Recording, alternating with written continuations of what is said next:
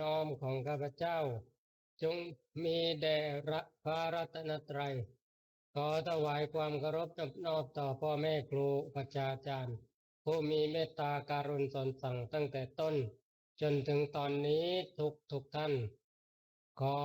ทุกดวงจิตดวงวิญญาณทั้งหลายจงโปรดทราบความยึดติดคือมั่นในนามธาตุก่อให้เกิดรูปธาตุเพราะนั้นเราทั้งหลายจงปล่อยวางนามธาตุเพื่อละรูปธาตุไปด้วยกันเพราะความรู้สึกนึกคิดและอารมณ์ทั้งหลายและอาการรู้นี้นั้นอันนี้คือทุกข์นี่คือวัฏฏะนี่คือการเกิดขอทุกดวงจิตดวงวิญญาณจงแจ้งสัจจะนี้จงตั้งสัจจะเพื่อที่จะไม่เกิดอีกชาตินี้เป็นชาติสุดท้ายขอให้บรรลุธรรมโดยฉับพลันโดยฉับพลันโดยฉับพลันด้วยเถิด หัวข้อที่ตั้งเพื่อการแบ่งปันธรรมะในครั้งนี้ก็คือความจริงอยู่ตรงหน้าและจะไปหาอะไรกัน ถ้าเข้าใจตรงนี้ก็ถือว่าเข้าใจพุทธศาสนาเพราะพุทธศาสนาก็คือคำสอนของผู้รู้หรือคำสอนของผู้ตื่นผู้เบิกบานใครเป็นผู้รู้ผู้ตื่นผู้เบิกบานก็คือจิตจิตนั่นเองคือพุทธะพุทธะคือจิตจิตคือพุทธะนอกจากจิตหาพุทธะที่อื่นไม่เจอเพราะฉะนั้นเราทั้งหลายที่รู้อะไรได้อยู่นี้ก็คือความรู้ที่เป็นธรรมชาติไม่ต้องมีการฝึกไม่ต้องมีการสร้างไม่ต้องมีการทำเพราะการรู้นี้เป็นการรู้โดยธรรมดาหรือโดยธรรมชาติของเขาเองการการรู้นี้รู้อะไรถ้าไม่ไปอะไรกับการรู้การรู้นั้นก็แค่รู้อยู่กับที่รู้อยู่ตรงหน้ารู้โดยไม่ให้ค่ารู้โดยไม่ให้ความหมายใดๆการรู้นั้นเป็นการรู้ที่บริสุทธิ์เป็นการรู้ที่ไม่มีทุกข์ไม่มีวัฏฏะไม่มีการเกิดเพราะรู้จบแค่รู้ไม่ไหลไปกับสังขารก็คือนามธาตุและรูปธาตุที่กล่าวแล้วเพราะนั้นในส่วนของความจริงที่อยู่ตรงหน้าก็คือความจริงที่เป็นไป โดยมีความกระเพื่อมไหวก็คือมีการเกิดและการดับการเป็นไปเช่นนี้ในส่วนนี้เรียกว่านามธาตุและก็รูปธาตุนามธาตุในส่วนที่เราได้ยินอยู่ก็คือนามธรรมรูปธาตุก็คือรูปธรรมนามธาตุหรือนามธรรมนี้ก่อกำเนิดมาจากเหตุปัจจัยแต่มีสภาพที่ว่างเปล่าสภาพที่ไม่มีไม่เป็นอะไรตั้งต้นเพราะนั้นสภาพที่ตั้งต้นเรียกว่าอ่าธรรมธาตุธรรมธาตุคือธาตุตั้งต้นก่อกำเนิดนามธาตุและก็รูปธาตุที่เราได้ยินว่าอวิชชาปัจจยาสังขาราสังขารปัจจยาวิญญาณังวิญญาณปัจจยานามรูปังนามรูปปัจจยาอ่าคือในความจริงเนี่ยนามเกิดก่อนรูปถ้าไม่มีนามรูปก็ไม่มีความหมาย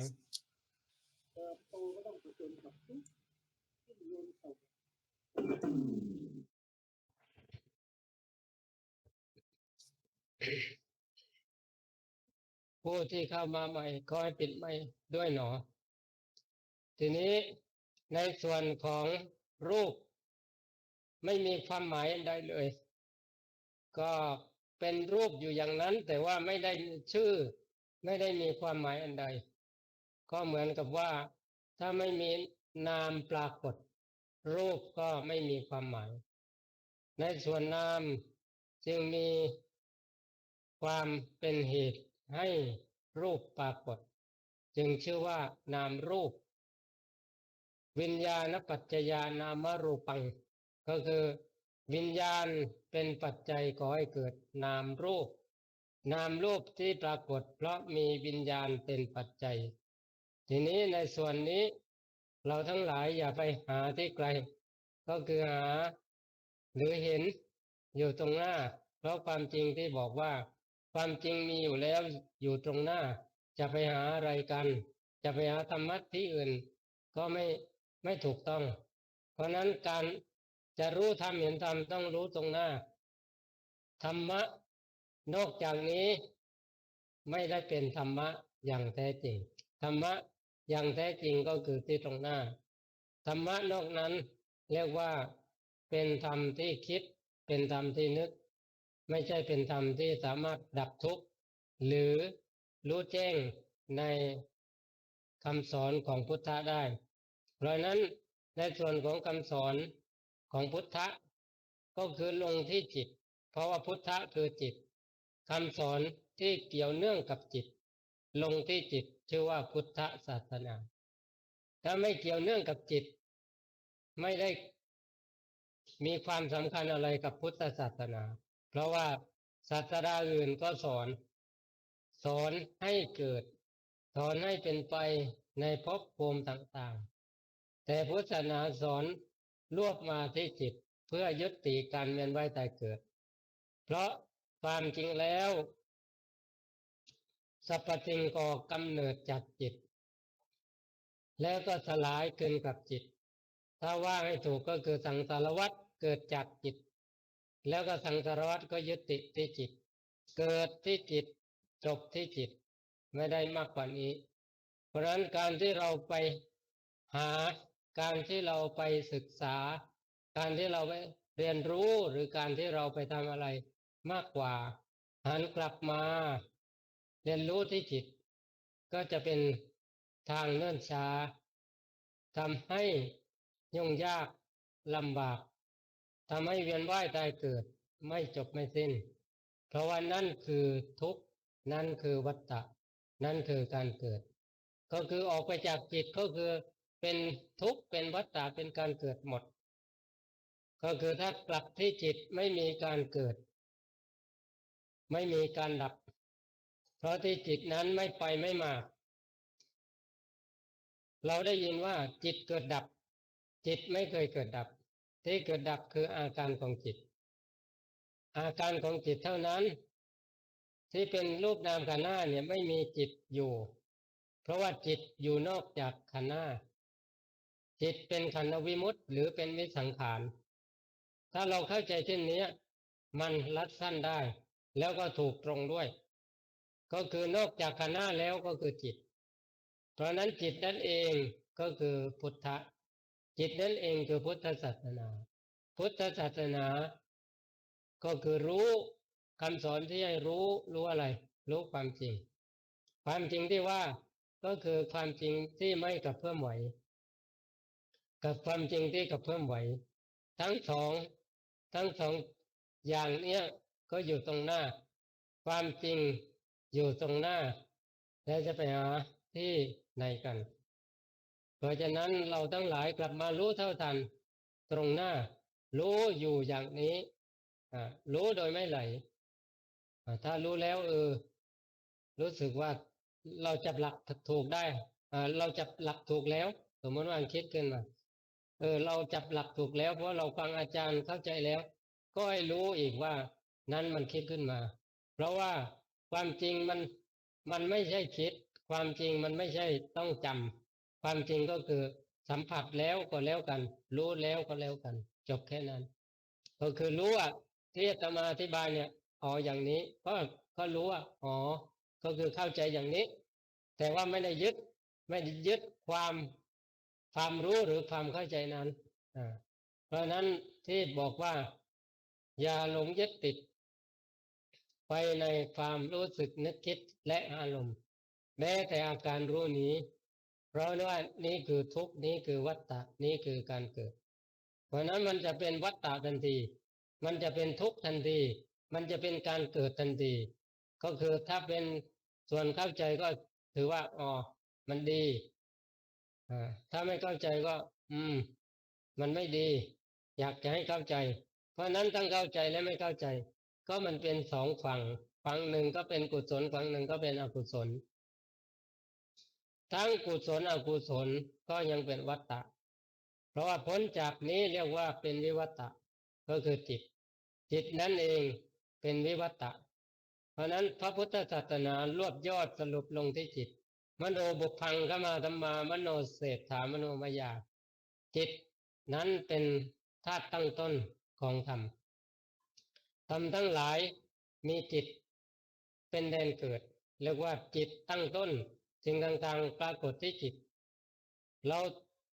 รู้ได้นะทุกคนรู้ได้เลยว่ามีอะไรเกิดขึ้นก็เกิดขึ้นที่จิตนี่แหละอะไรก็เกิดที่จิตอะไรก็ดับไปก็ดับไปกลับคืนสู่ความเป็นอย่างเดิมความเป็นอย่างเดิมก็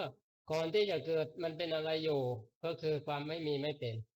ความไม่มีไม่เป็นนั้นคือจิตความว่างนั้นคือจิตความเป็นอยู่อย่างนั้นคือจิต จิตนี้เป็นธรรมธาตุตั้งต้นเป็นต้นของธาตุต้นของธรรมต้นธรรมก็คือตั้งต้นธรรมทั้งหลายมีจิตตั้งต้นขึ้นมาก็คือเริ่มจากจิตทุกอย่างเลยทุกอย่างไม่ว่าจะเห็นได้ยินรู้กลิ่นรู้รสรู้กายสัมผัสใจนึกคิดทั้งหมดเกิดจากจิตทั้งหมดแล้วเมื่อได้ปัจจัยก็สลายคืนกลับสู่ความเป็นจิตเพราะนั้นความเป็นจิตก็คือความไม่มีไม่เป็นความไม่มีไม่เป็นนี้เป็นสัจธาตุเป็นสัจธรรมความเป็นจริงที่ไม่แปรผันส่วนความกระเพื่อมไหวที่เกิดจากจิตเรียกว่าอาการของจิตหรือจิตตสังขารทั้งหมดมีเหตุปัจจัยเขาก็เกิดหมดเหตุปัจจัยเขาก็ดับความโกรธก็เกิดที่จิตแต่ไม่ใช่จิต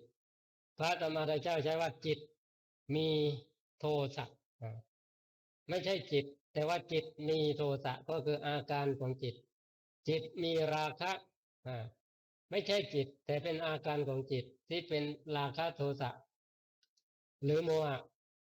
จิตมีราคะจิตมีโทสะจิตมีโมหะเพราะนั้นอาการของจิตไม่ใช่จิต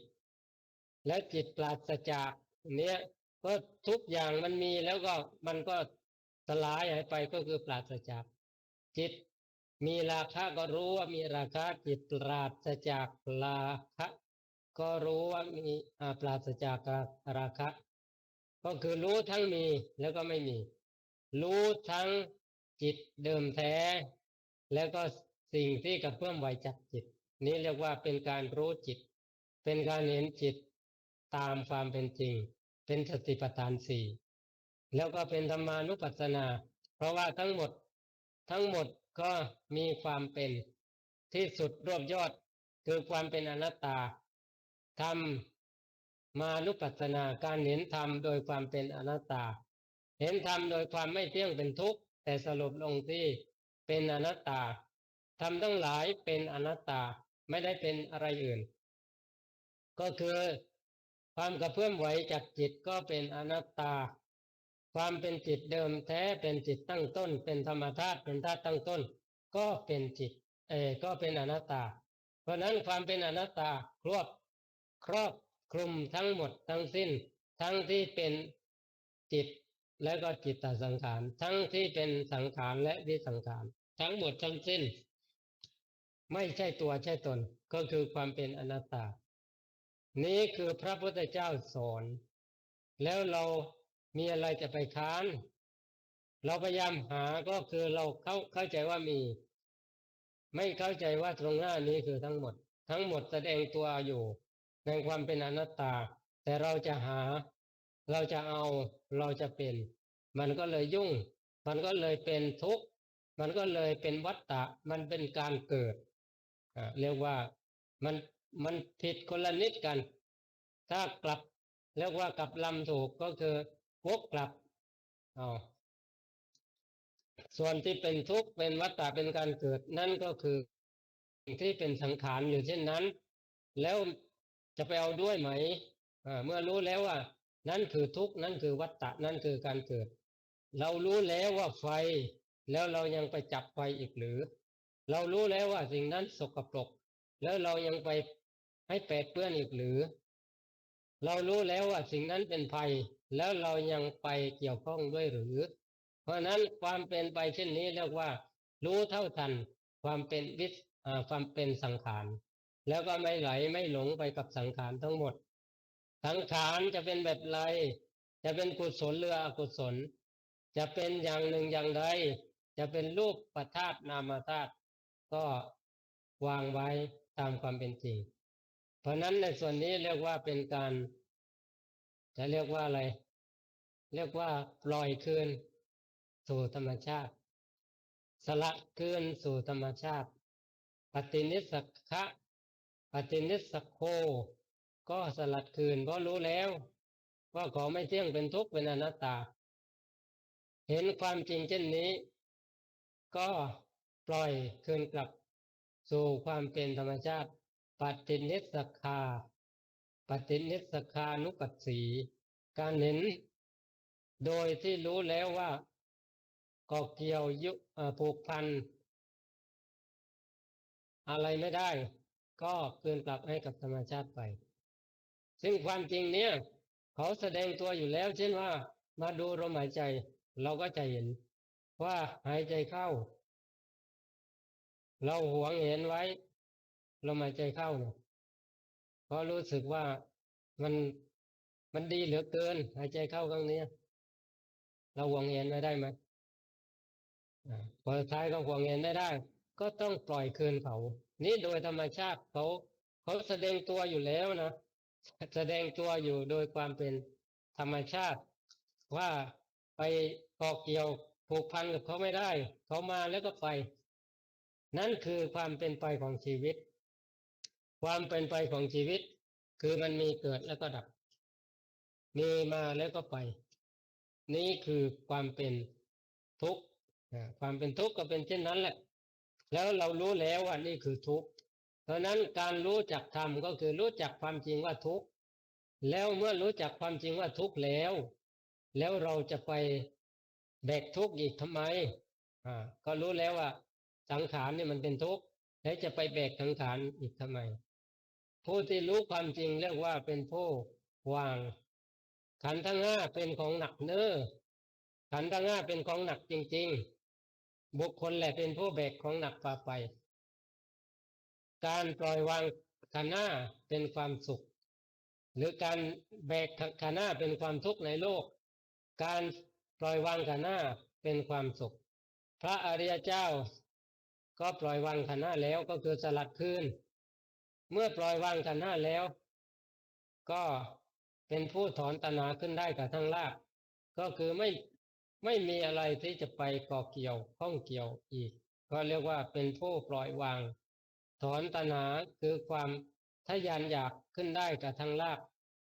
เป็นผู้ดับสนิทไม่มีส่วนเหลือนี่เรียกว่าเมื่อสลัดคืนแล้วผลสุดท้ายก็สู่ความไม่มีไม่เป็นความไม่มีไม่เป็นเนี่ยก็เป็นสิ่งที่ไม่ต้องไม่ต้องทำขึ้นมาเพราะผลสุดท้ายความไม่มีไม่เป็นก็เป็นอยู่เช่นนั้นเป็นอยู่อย่างนั้นเป็นอยู่อย่างนั้นตลอดเลยตลอดเลยความเป็นอยู่เช่นนั้น เพราะนั้นในส่วนของการรู้ธรรมเห็นธรรมก็คือรู้ความจริงที่อยู่ตรงหน้ารู้อะไรก็ถูกต้องหมดไม่จำเป็นต้องไปทำอะไรให้ยุ่งยากไม่จำเป็นต้องทำอะไรให้ลำบากอย่าเข้าใจไปว่าต้องเรียนมาต้องปฏิบัติลำบากจึงพ้นได้ถ้ารู้จริงสิ่งเดียวก็ให้ได้รู้จักให้ไม่มีเหลือเชื่อก็ร้องก็คือสลัดคืนให้หมด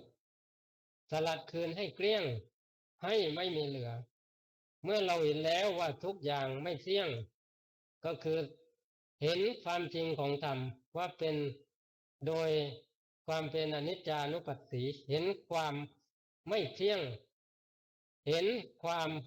จางคลายไม่เที่ยงแล้วก็จางคลายวิราคานุปัสสีแล้วเมื่อเห็นความจางคลายก็เห็นความดับนิโรธานุปัสสีเห็นความดับอยู่เป็นประจำก็ทุกอย่างเป็นเช่นนั้นแหละเสียงได้ยินก็ดับไปเออแล้วเมื่อดับแล้วจะยึดถืออะไรกันได้ก็ปล่อยสิปณิตปฏินิสสะสักขานุปัสสีสลัดคืนอยู่เป็นประจำหายใจเข้าก็สลัดคืนหายใจออกก็สลัดคืนเพราะลมหายใจเขาบอกไปว่ายึดฉันไม่ได้นะฉันให้อาศัยชั่วคราวและเธอจะยึดได้อย่างไรเพราะฉันก็เป็นธรรมชาติมีมาแล้วก็มีไปมีเกิดแล้วก็มีดับเธอจะทำอย่างไรเธอจะอยู่เหนือฉันได้ไงเพราะฉันเป็นของฉันอยู่เช่นนี้ถ้าเข้าใจแล้วก็คือสละคืนให้กับธรรมชาติปล่อยให้เป็นไปตามนั้นเลยอ่าเอาแล้วถามว่าเราแบกอะไรจริงไหมความทุกข์ของเราปีที่แล้วถ้าเราไม่วางเนี่ยแล้วเราจะอยู่ได้ถึงตอนนี้ได้ไงอ่าเหมือนเด็กมันร้องไห้เนี่ยมันร้องไห้ทั้งวันมันอยู่ได้ไหมมันร้องไห้พักหนึ่งแล้วมันก็เงียบเพราะขี้เกียจร้องเนี่ยนั่นคือความจริงของธรรมชาติว่ามันจะทุกข์อยู่ตลอดไม่ได้มันต้องสลับคืนกลับคืนสู่ธรรมชาติทันทีถ้าเราไม่สลัดคืนโดยธรรมชาติเนี่ยเราจะหลับลงได้ยังไงที่เราหลับลงได้เพราะว่าสลัดคืนความทุกข์วันก่อนเราก็ไม่แบกไว้คิดไปก็เท่านั้นแหละวางดีกว่านอนหลับทีนี้ถ้ามันแบกไว้เออขันหน้าแบกไว้สิแล้วมันจะหลับลงได้ไงมันหลับได้เพราะว่ามันสลัดคืนนั่นคือความเป็นจริงของธรรมชาติการมาศึกษาหรือเรียนรู้ความจริงก็คือความจริงที่อยู่ตรงหน้าเนี่ยเห็นตามความจริงซะเมื่อเห็นตามความจริงเดี๋ยวเขารู้ของเขาเองจิตเนี่ยเขาพร้อมที่จะเรียนรู้อยู่แล้วแต่ว่าเราไม่ป้อนอาหารที่เป็นองค์ความรู้ที่พรั่งพร้อมให้จิตก็เลยไม่ยอมจบสักทีเพราะนั้นเรียกว่าเติมองค์ความรู้ให้กับจิตที่ถูกต้องจิตนั้นก็จะคืนกลับสู่ธรรมธาตุหรือความเป็นดั้งเดิมหรือกลับคืนสู่บ้านได้เลย มีนิทานเรื่องหนึ่งนะมีนิทานเรื่องพระเจ้าจิตตราชพระเจ้าจิตตราชครองกายนครมีพระบิดาพระเจ้าอะไรดีตั้งเอาเองนะแล้วก็ในเมืองเนี้ยมีที่ปรึกษาเคยเล่าแล้วมั้งเนี่ยนิทานเรื่องนี้ไม่รู้ใครจำได้บ้างหรือเปล่ามีที่ปรึกษาสองฝ่ายดำกับฝ่ายมืดอ่า ชนมนตรีกาละมนตรีมนตรีก็คือฝ่ายดำชนมนตรีก็คือฝ่ายขาวก็คือฝ่ายบุญหรือฝ่ายกุศลเพราะนั้นจิตนี้มีที่ปรึกษาสองฝ่ายที่ให้คำปรึกษาอยู่ฝ่ายดำอำมาตย์ที่ดำก็คือไปในทางอกุศลก็เนะนำในส่วนที่เป็นอกุศลอยู่บ่อย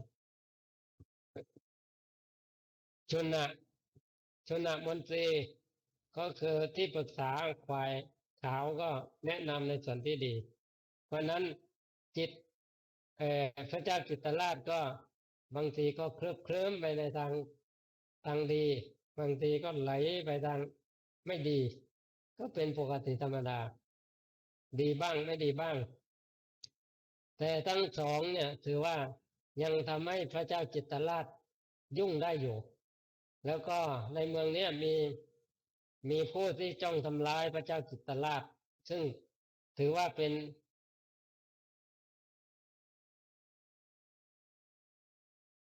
็นรัชทายาท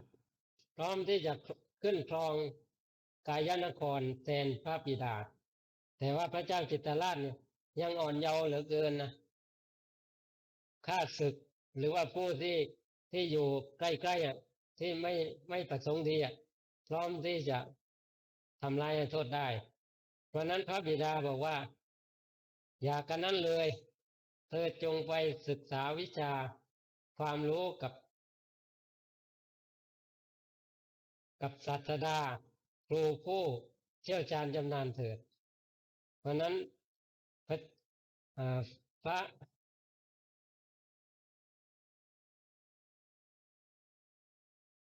พระโอรสคือพระจิตรราชเนี่ยก็เดินทางออกจากพระนครจากเมืองก็คือเรียกว่าจากบ้านเกิดเมืองนอนไปแสวงหาวิชาความรู้ทีนี้วันเวลาผ่านไปพระเจ้าจิตรราชว่าที่ว่าที่เจ้าครองนครกายนครเนี่ยก็ศึกษาวิชาความรู้เจนจบแล้วก็อาจารย์ก็สอนให้อย่างถูกต้องสมบูรณ์ก็คือองค์ความรู้ที่จะให้พระเจ้าให้เจ้าชายจิตรราชเนี่ยสามารถปกครองตนเองแล้วก็ปกครองบ้านเมืองได้เนี่ยถูกถ่ายทอดให้หมดเมื่อได้รับความรู้ที่ถูกต้องเจ้าชายจิตรราชก็เป็นผู้ใหญ่แล้วก็เป็นเจ้าชายพรั่งพร้อมด้วยวิชาความรู้สมบูรณ์ด้วยวิชาความรู้ใครจะกล้าต่อกรไม่ได้อีกแล้วเพราะนั้นท่านก็คืนกลับสู่กายนครเพื่อปกครองบ้านเมืองและพระบิดาก็ให้อภิเษกสมรสกับพระธิดาชื่อชื่อว่าพระนิพพานพระเจ้าจิตรราชได้อภิเษกสมรสกับพระนิพพานธิดาได้อยู่ครองคู่เคียงกันเป็นอันหนึ่งอันเดียวกันแล้วก็ไม่มีภัยใดๆมาทำร้ายให้โทษได้ไม่ว่าจะเป็น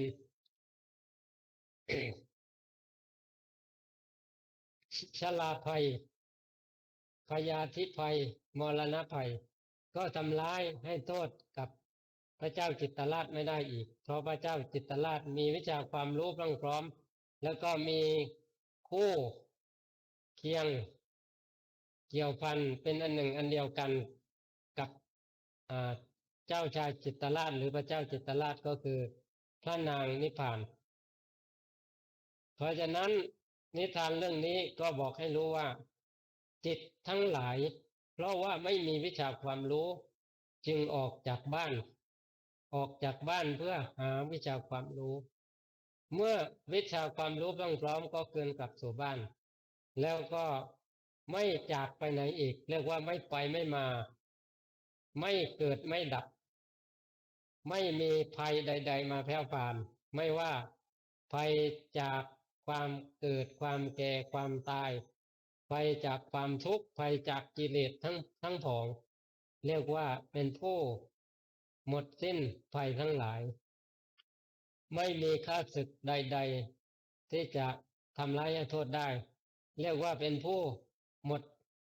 เรียกว่าหมดอาริอาริศัตรูทั้งหลายไม่อาจกล้ำกลายซึ่งตอนแรกก็ห่างไกลจากอาริเรียกว่าเป็นอาริยะอริยะก็คือห่างไกลจากข้าศึกหรือไปจากข้าศึกแต่ถึงที่สุดเพราะว่าพระเจ้าจิตตราชได้วิชาความรู้ที่สูงสุดความเป็นอนัตตาวิชาสุดท้ายที่พระดาบทสอนให้พระอาจารย์ผู้ประสิทธิ์ประสาทวิชาสอนให้ก็คือความเป็นอนัตตาหรือความจริงคืออนัตตาถ่ายทอดให้เต็มองค์ความรู้พระเจ้าจิตตราชก็รู้แล้วว่าแม้แต่พระองค์เองก็ไม่มีความเป็นตัวตนแล้วศัตรูหมู่มารกิเลสความทุกข์ใดๆจะมาแผ่วผ่านหาได้ไหมเพราะว่าพระองค์ไม่มีตัวตนพระองค์สลายคืนกลับเป็นธรรมชาติดั้งเดิมเป็นหนึ่งเดียวกับเรียกว่ากลับคืนสู่บ้านเป็นหนึ่งเดียวกับบ้านซึ่งบ้านที่แท้ก็คือความไม่มีไม่เป็น หรือว่าความเป็นธรรมชาติตั้งต้นหรือต้นธาตุกลับคืนสู่ต้นธาตุดังเดิมซึ่งที่นั้นไซเป็นเมืองที่ชื่อว่าเป็นอมตะมหานครจากกายนครเมื่อคืนกลับก็ได้ครองเมืองที่ยิ่งใหญ่ปรับเปลี่ยนทุกอย่างกลายเป็นอมตะมหานครนครที่ไม่เกิดไม่ตายเรียกว่าไม่ไปไม่มาศัตรูไม่อาจทำร้ายโทษได้ไม่มีอะไรมาทำให้เป็นอื่นได้เรียกว่าเป็นอสังกตะนครอสังกตะธาตุแล้วก็เป็นอมตะธาตุแล้วก็มีความเป็นคู่เคียงกับพระนิพพานเป็นที่สุดที่สุดก็คือ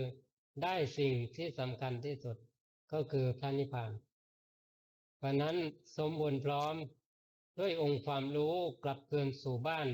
ซึ่งเป็นอมตะแล้วมีคู่ชีวิตคู่เคียงของจิตเป็นอันหนึ่งอันเดียวกันเรียกว่านิพพานธาตุนิทานเรื่องนี้ก็จบสมบูรณ์บริบูรณ์การพูดครั้งนี้ก็น่าจะพอแล้วเหรอถ้าท่านทั้งหลายเข้าใจเช่นนี้ก็พอแล้วนะความจริงอยู่ตรงหน้าจะไปหาที่ใดกันทั้งหมดอยู่ตรงหน้าที่พูดทั้งหมดเนี่ยอยู่ตรงหน้านะทั้งหมดนิทานเรื่องนี้ไม่ได้อยู่ที่อื่นนะอยู่ตรงหน้าทั้งหมดพระเจ้าจิตตราชก็คือจิตของเราจิตของเราซึ่งไม่รู้ก็เลยออกจากบ้านเรียกว่าออกจากความไม่มีไม่เป็นนั่นแหละตะเลิดออกไปหาวิชาความรู้เมื่อได้วิชาความรู้สุดยอดแล้วกลับคืนสู่ความไม่มีไม่เป็นดังเดิมแล้วก็ไม่ไปไม่มาไม่เกิดไม่ตายไม่เป็นทุกข์อะไรกันอีกชื่อว่าเป็นที่ที่มุ่งหวังเป็นที่ปรารถนาของทุกดวงจิตของทุกดวงวิญญาณแม้แต่พระธรรมราชาอุบัติขึ้นมาก็ทรงทำหน้าที่นี้เพื่อนำดวงจิตดวงวิญญาณกลับคืนสู่บ้านก็คือความไม่มีไม่เป็นใครเรียกว่าไว้ตัวทันพลิกตัวกลับได้ก็กลับคืนสู่บ้านได้ไวใครไว้ตัวไม่ทันไหลไปกับกิเลสไหลไปกับสังขารปรุงแต่งหรือไปเป็นกับสังขารอยู่เรื่อยก็เกิดอยู่ล่ำไปนั่นคือการเกิดนั่นคือวัฏฏะนั่นคือทุกข์นั่นคือทุกข์นั่นคือการเกิดนั่นคือวัฏฏะก็คือไหลไปกับขันธ์ห้าไหลไปกับสังขารไหลไปทางตาหูจมูกลิ้นกายใจก็หาที่จบที่สิ้นไม่ได้หาพระนครที่เป็นอมตะมหานครไม่เจอแล้วก็ไม่ได้อภิเษกสมรสกับพระนิพพานธิดาหันกลับมาทุกท่านจะได้เจออมตะมหานครมีพระนิพพานเป็นคู่สมรสเคียงข้างเป็นคู่กับจิตและจิตนี้เป็นอันหนึ่งอันเดียวกันไม่แยกจากกันอีกแล้วก็ถึงที่สุดอวสานแห่งการเดินทางสิ้นสุดลงที่ความไม่มีไม่เป็นเอวังก็มีด้วยประการฉะนี้สาธุสาธุสาธุเจ้าค่ะ